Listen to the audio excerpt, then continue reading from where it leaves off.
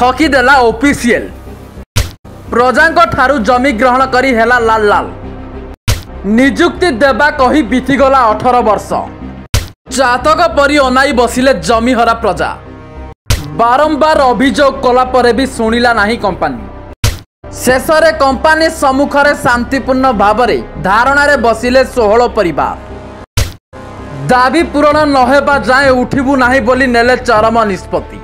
अनुगुल जिला कणिया ब्लॉक कुलेई ठारे निर्माण होईची ऑफिशियल कंपानी उक्त ऑफिशियल कंपानी कणिया ब्लॉक कुलेई ग्रामर किछि प्रजांक ठारू जमी अधिग्रहण करी जमी उपरे ऑफिशियल कंपानी निर्माण करिछि। प्रजांक ठारू जमी नेबा परे क्षतिग्रस्त प्रजा मानकु किछि अर्थ देई परे कंपानी रे नियुक्ति देबा पई प्रतिश्रुति देइथिला। प्रतिश्रुति अनुसार ग्रामर किछि युवक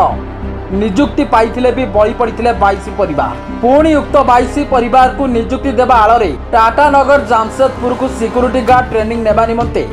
पठाई देइथिले। सेठारु फेरिबा परे मात्र 6 जन को नियुक्ति देइथिले। परवर्ती समय रे आउ बाकी 16 परिवार कोनोसी गुवारी को ऑफिशियल कर्णपात कला नाही। अनेक थर आवेदन करिबा परे कोनोसी प्रकार संतोषजनक आश्वस्ति बाणी न पाइबा जोगु किंबा प्रत्युत्तर न पाइबा जोगु बाध्य होई गणतांत्रिक पद्धति रे सपरिवार कंपानी रो मुख्य प्रवेश पथरे दाबी पूरण न हेबा जाय अनशन रे बसी रहिबा पई ऑफिशियल कंपानी को चेतावनी देइथिले। अनशन रे स्थानीय सरपंच पालड़ा विधायक मुकेश कुमार पाल महोदय और कंपानी मैनेजर सहित आलोचना करने सहित बाकी पड़िथिबा 16 जन परिवार को किपरि नियुक्ति दियाजिबो से बाबद आलोचना करी अनशन रे बसिथिबा 16 परिवार वर्गक सहित सामिल होई कंपानी को चेतावनी देइथिले।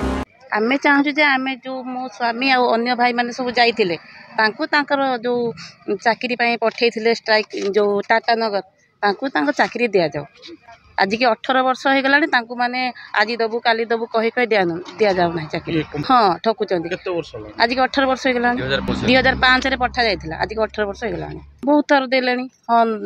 आसिले पोस्ट बाहले दबु किंतु पोस्ट सब बाहर लोक को दिया जाउती जो माने ट्रेनिंग नै नाहते भी सेमान को भी दिया जाउती। ए माने ट्रेनिंग पाए के भी बेकार के घरे बसचंदी ताले हम फैमिली केंति चलिबे। आमर जमी बाड़ी जाइक भी हमको चाकरी बाकरी ना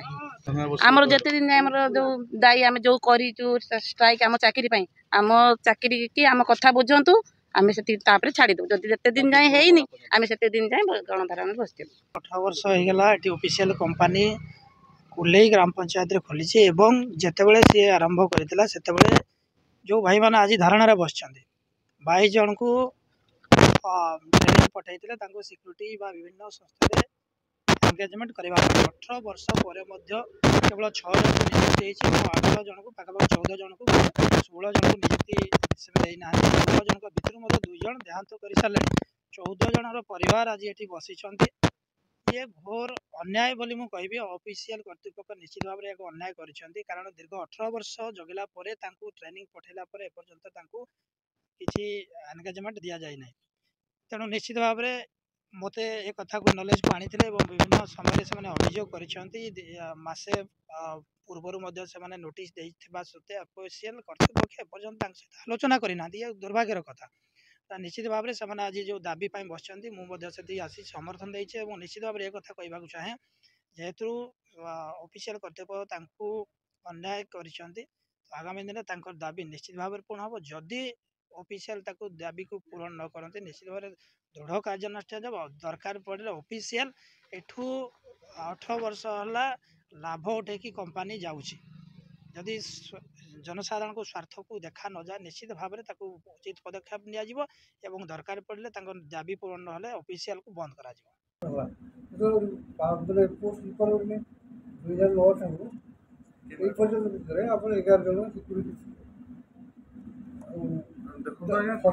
खरा ताती महिला और पुरुष बस